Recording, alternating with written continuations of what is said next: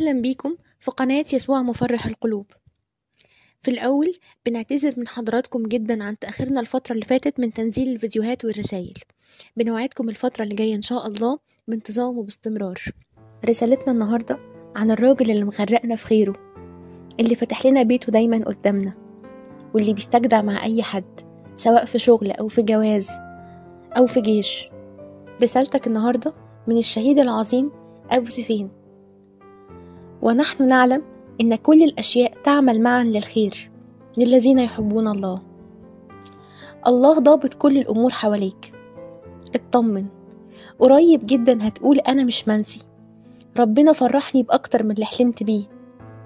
اطمن بوجوده معاك لأنه بيحبك جدا، وعشمك فيه مش ممكن يخيب.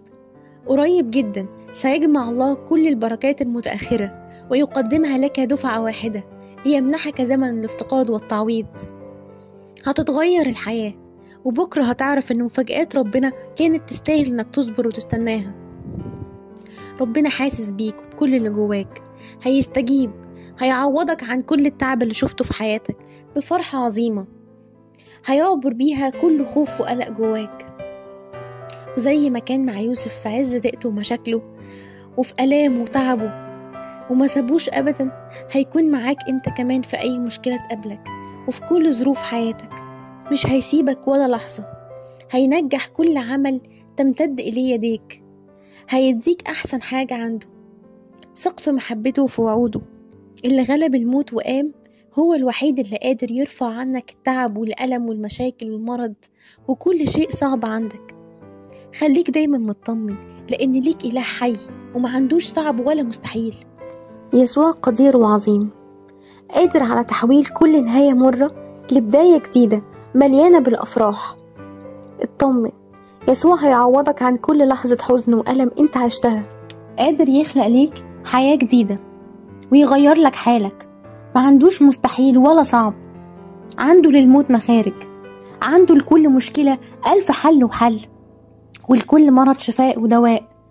مهما كان حالك، مهما كنت يائس ومحبط، ربنا هينجيك وينقذك. مهما كانت الظروف اللي حواليك بتقولك انه لا يمكن ومفيش فايدة، هتلاقي ابوك الحنون بيتدخل ويغير كل شيء، لان احساناته احسن بكتير من اللي بتفكر فيها، مختلفة عن حسابات البشر. طرقه عجيبة، بيرسم خطة ليك، خطة كلها سلام وسعادة وبركة وتحقيق احلام.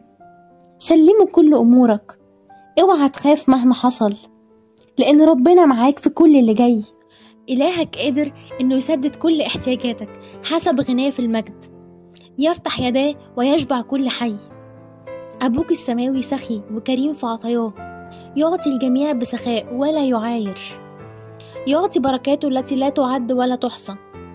يسوع أشبع الجموع ب5 خبزات وسمكتين، قادر يشبعك ويسدد كل احتياجاتك. اطمن على بكرة وانت معاه، وما تروحش لحد غيره، لأنه هو الذي يستطيع كل شيء ولا يعثر عليه أمر. وقت الضيق امسك في ربنا وصلي، ارحمني يا رب لأني ضعيف. هتلاقيه بيسرع لمعونتك، يقولك أنا معاك ما تخافش، أنا ممسك بيمينك، أنا أعينك. هيبعتلك حلول لكل مشكلة انت فيها. صلي معايا دلوقتي بإيمان وقول: أشكرك يا رب على محبتك وعلى بركاتك ورعايتك واهتمامك.